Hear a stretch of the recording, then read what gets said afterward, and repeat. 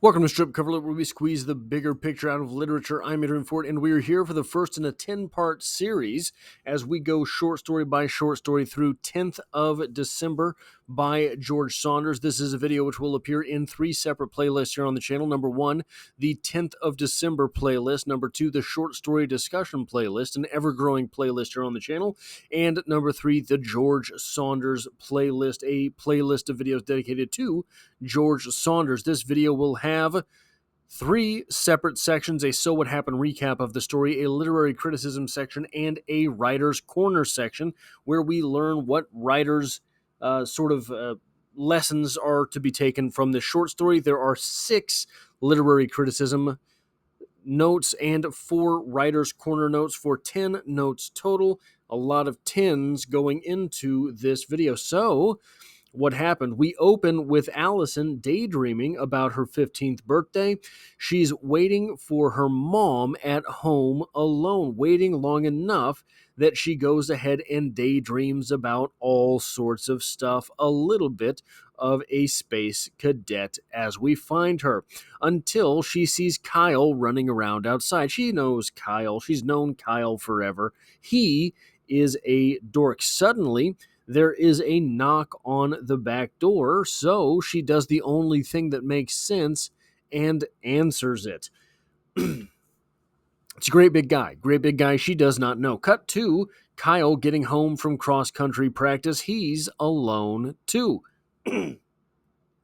He's also a space cadet with strict parents. His chore for the evening is to place the geode in the yard. He sees the strange guy pull up.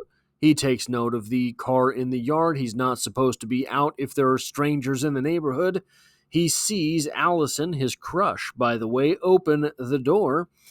He sees the guy grab Allison and instinctively steps outside, not sure what the next step is. The guy threatens him with a knife. He freezes, and then we get this little bit from Saunders in the story.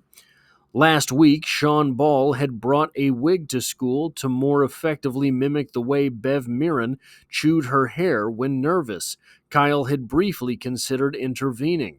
At evening meeting, Mom had said that she considered Kyle's decision not to intervene judicious.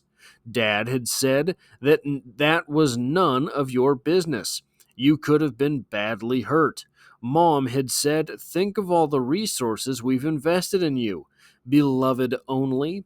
Dad had said, I know we sometimes strike you as strict, but you are literally all we have. That is a nice little sort of summary of where Kyle is, I think. Cut to it's a little out of place. It's a little like The School by Donald Bartholomew. There's the last line from the kids, something to the effect of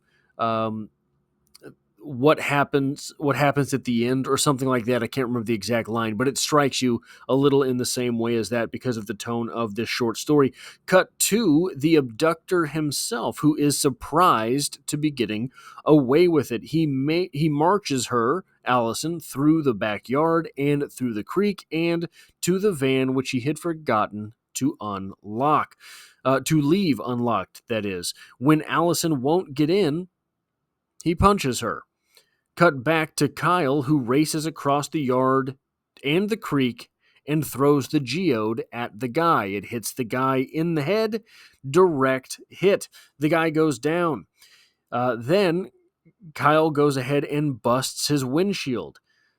He is exuberant at this point. Cut back to the abductor, who is concussed and confused, and Kyle crushes his head with the geode. And later we get a little bit of PTSD from Allison over the event in general, but particularly the fact that Kyle had killed the man. Now, on 5 and 6 of the standard print edition of 10th of December, we get this. Sometimes feeling happy like this, this is in the lit crit section. Sometimes feeling happy like this, she imagined a baby deer trembling in the woods. Where's your mama, little guy? I don't know, the deer said in the voice of Heather's little sister, Becca. Are you afraid? She asked it. Are you hungry? Do you want me to hold you? Okay, the baby deer said. Uh, Here came the hunter now, dragging the deer's mother by the antlers. Her guts were completely splayed. Geez, that was nice. She covered the baby's eyes and was like, "Don't you have anything better to do, dank hunter, than kill this baby's mom? You seem like a nice enough guy." "Is my mom killed?" the baby said in Becca's voice. "No, no," she said. The gentleman was leaving. The hunter, captivated by her beauty, doffed his cap and, going down on one knee, said, "If I could will life back into this fawn, I would do so in hopes that you might defer one tender kiss upon our elderly forehead." This is an interesting little passage because it's sort of a jumbled foreshadowing of this story. You have the hunter represented in the abductor. You have Allison, who is represented both in the all three in the baby doe, who is wide-eyed, in the mother deer, who's the subject of the hunt, and you have her represented in the object of the hunter's desire at the end of the story. So there are all of these things going on here with this little bit of foreshadowing that are a little bit jumbled from the way they happen in the actual story. Then cut to a little bit later. This isn't really a literary criticism point. It's just something that I have to point out because we're here. We get this on the kissing page to the end of that passage, 7 in the standard print edition. There was so much she didn't know, like how to change the oil, or even how to check the oil, how to open the hood, how to bake brownies. There was embarrassing. That was embarrassing, actually, being a girl and all. And what was a mortgage? Did it come with the house? When you breastfed, did you have to push the milk out? That line, and what was a mortgage? Well, I hate to break it to you, but you don't have to worry about that anymore. No one can buy a house. Now, the one thing that maybe is the second biggest deal here from a literary criticism point in my estimation, the reliability of these narrators. Do we believe that they are lying to us? I don't think we believe any of them are lying to us. Do we trust their opinions on things? I don't think any of these narrators pass themselves off as particularly trustworthy in that circumstance. Do we believe that they did the things they tell us? Yes. Do we believe that they were as victorious as Kyle seems to really think himself? No. Do we think that the abductor feels that he is a king, a rightly king, the way that he says? No, he doesn't present himself that way. Is Allison waiting for her mom in order to take her to, for example, she's doing all of these dance moves. She's calling out the names of all of these dance moves. Is she waiting to go to ballet class? Maybe, but we don't know, right? So the reliability of these narrators is something that George Saunders is playing with here because we have no reason to question it, but I think we all do. And I think we all do because we are judging the speakers. We are judging the speakers on merit. We are judging the speakers based on their what we perceive to be their level of intelligence. We are judging these speakers based on their age. We are judging these speakers based on the way that they communicate, the way that we know in Allison, we know a Kyle, we know all of these people, and we know that they are space cadets, and you can't really take them seriously, but can you take them at their word value? Maybe. So I think that that is just an interesting thing that we will see pop up time and again in George Saunders' stories, the reliability of the narrator and how that differs from the fallibility of the narrator. The fallibility of the narrator, meaning we know that these characters are flawed. The reliability of the narrator being, do we trust them? The next thing that I have here on 19 in the standard print edition, we have the perspective of the abductor, and we get this from him. Ensuring that the door was unlocked was clearly indicated on the pre-mission matrix. Melvin appeared in his mind. On Melvin's face was the look of hot disappointment that had always preceded an ass whooping, which had always preceded the other thing. Put up your hands, Melvin said. Defend yourself. Melvin, we have context clues leading us to believe, is probably the abductor's stepfather from childhood. This is the awful cycle of abuse. Our abductor had been abused when he was a child, had been abused in the way that he is aiming to abuse Allison as a child, and was coaxed into that with physical violence, the same type of physical violence that the abductor knows he has to wail into Allison in order to get her to pay attention. Now, here's, in my opinion, the biggest note from a literary criticism standpoint for this short story. We open the short story with Allison basically looking for Prince Charming. We have Allison 3 days shy of her 15th birthday. Allison Pope paused at the top of the stairs. Say the staircase was marble. Say she descended and all heads turned. Where was Special One? Approaching now, bowing slightly, he exclaimed, "How can so much grace be contained in one small package?" Oops, he had said small package, and just stood there. Broad, prince-like face, totally bland of expression. Poor thing. Sorry, no way. Down he went. He was definitely not Special One. What about this guy behind Mr. Small Package, standing near the home entertainment center, with a thick neck of farmer integrity, yet tender, ample lips, who, placing one hand on the small of her back, whispered, "Dreadfully sorry you had to endure that bit about the small package just now. Let us go and stand on the moon. Or, in the moon. In the moonlight." He had said, "Let us go stand on the moon." If so, had he said, "Let us go stand on the moon"? If so, she would have to be like eyebrows up. And if no wry acknowledgement was forthcoming, be like, I am not exactly dressed for standing on the moon, which, as I understand, is super cold. This is a scene of a princess looking for Prince Charming. The next paragraph down, why are those supposed princes making that darling girl march in place ad nausea? This is Allison fantasizing the princess finding Prince Charming trope, right? Later in the story, we have our abductor saying, oh, where was it? I should have written the page number down, but I did not. He's talking about when you studied history, the history of cultures, you saw your own individual time and hidebound.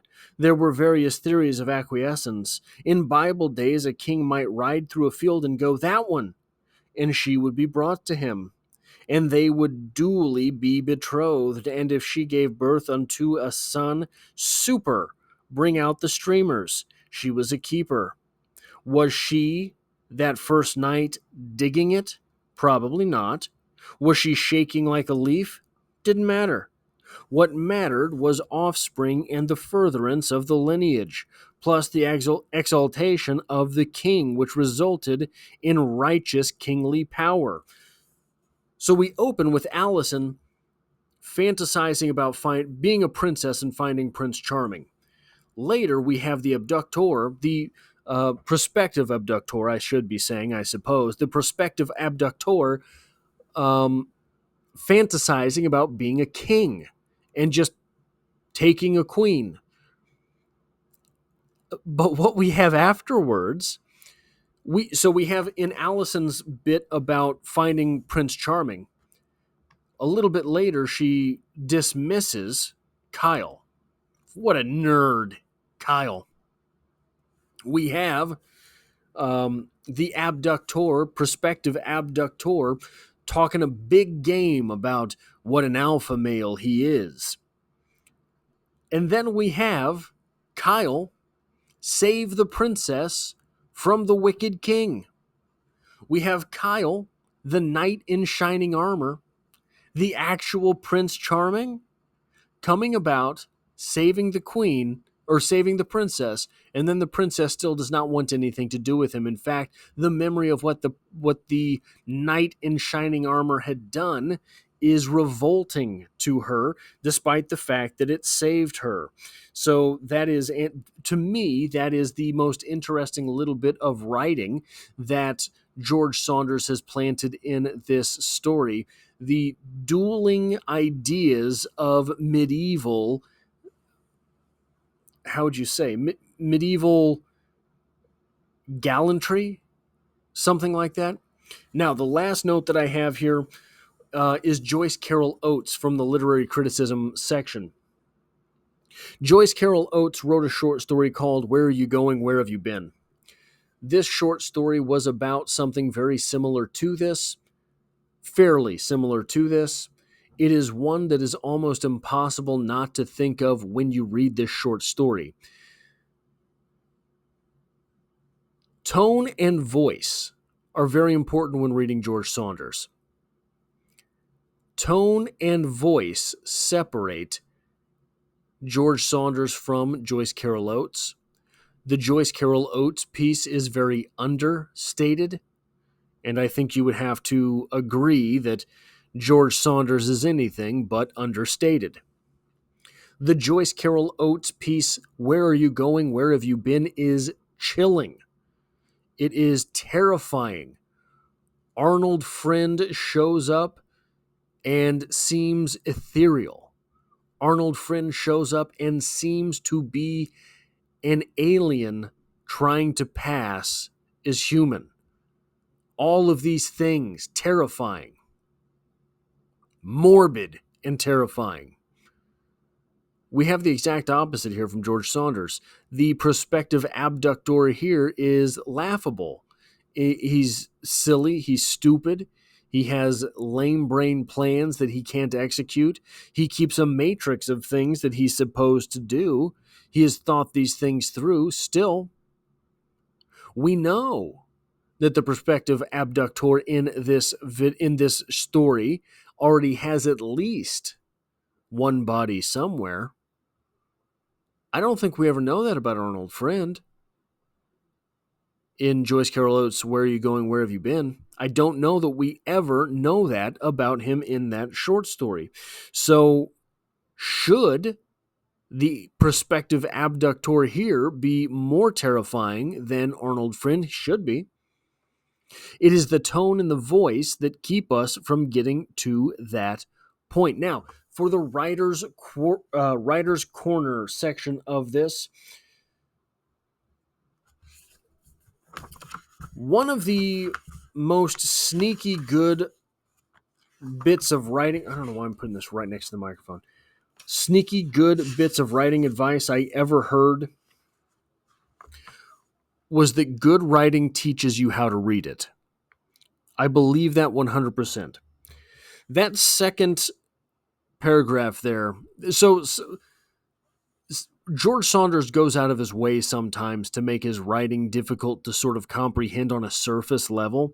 You have to, sometimes to read George Saunders effectively, you have to ignore punctuation, you have to ignore capital letters, you have to ignore syntax. You just have to read the words out loud and see how they feel. So this second paragraph here, say the staircase was marble. Say she descended and all heads turned. Where was special one? Approaching now, bowing slightly, he exclaimed, "How can so much grace be contained in one small package?" Oops. Had he said small package and just stood there? Broad, prince-like face, totally bland of expression. Poor thing. Sorry, no way. Down he went. He was definitely not special one. Good writing teaches you how to read it. This writing does, in fact, teach you how to read it, despite the fact that a lot of the marks on the page are done so for aesthetic reasons rather than reasons that would be deeper into the writing. Or so, Chuck Palahniuk, for example, a lot of staccato paragraphs, a lot of staccato sentences. Chuck Palahniuk made those decisions because he wanted Fight Club to feel like getting hit in the face. Short paragraph, short sentence, bop, bop, bop, bop, right on you. So that's what's going on with that aesthetic, that writing decision. You have to learn how to read that writing, and it is for a deeper purpose in the novel. This stuff that George Saunders puts the brackets on the page and all of this stuff, kind of just aesthetics. You can't convince me really otherwise. There's no particular form function to it. It is just form. But once you get into the book, once you get into the writing, once you get into the short stories, those things help you settle down into knowing where you are with a character. Still, there's other ways to do it that are less abrasive to the characters or to the reading. The next thing I want to talk about here is that this is a third-person close psychic distance. Psychic distance is a tricky thing because it plays with point of view to an extent. It is a way that we can keep a story neutral but still have a lot of detail from our characters. Third person, close psychic distance, the way this short story is written. She, in that second paragraph again, say the staircase was marble. Say she descended and all heads turned. Those are Allison's thoughts, but they're not first person. Say the staircase was marble. Say I descended and all heads turned. See the difference there? Say she descended and all heads turned. Say I descended and all heads turned. Keeping it third person is an interesting choice, but it allows the reader not to have to get too close to any of these characters, which at times helps. You don't want to be too close to the prospective abductor, especially when it is a silly character, but it does not make the story weigh anymore. If you put us in these characters' heads, they will be heftier on us. Keeping in the third person allows us to brush them aside. Now, a lot of George Saunders feels very wishy-washy. You get to the end of the story and maybe you don't remember it later. Because a lot of the mental work you're doing is unlocking the stuff on the page. It's a very strange way to work. And I at times I think that he suffers because of it, that his writing suffers because of it. The penultimate point that I have here on 17 in the standard print edition, this is as Kyle is at home watching the guy take her. They were at the soccer ball rebounder now, Allison's arm up behind her back. She was making a low, repetitive sound of denial, like she was trying to invent a noise that would adequately communicate her feelings about what she just this instant realized was going to happen to her. That's really good writing, in my opinion. That's good stuff. That's the stuff that George Saunders could do a lot more often, but he's playing with sometimes superfluous stuff on the page. Now, I'm a really big fan of the superfluous stuff that he's doing on the page, but I think that, for example, Lincoln's Melancholy struggled or was not that great for me because there was a lack of those paragraphs in that book. And when he tried to lay it on, it was sort of ham-fisted. And then the last idea that I have here to talk about, the prospective abductor here. He is presented every bit as goofy, every bit as non-serious as the other two. And that's a surprising choice. Maybe not if you're familiar with Saunders. Is that a surprising choice? There's a couple short stories in this collection that we're going to get to later where you'll say, oh, yeah, if you're including a potential child abductor, he's going to be a goofy guy, right? But I think that on the surface, if this is your first George Saunders, this was my second George Saunders story. I read Sea Oak, was a big fan of it. And then when I heard that 10th of December came out, I was like, oh yeah, I got to get that collection.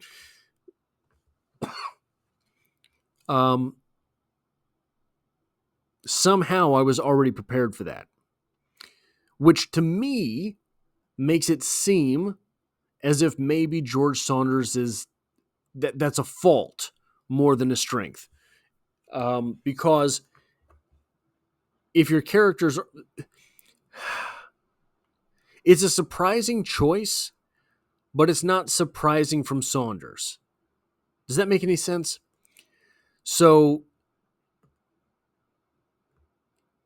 it's kind of a struggle with Saunders because, yeah, if you told me these were the three characters in here, I'd tell you they were all goofy because it's George Saunders.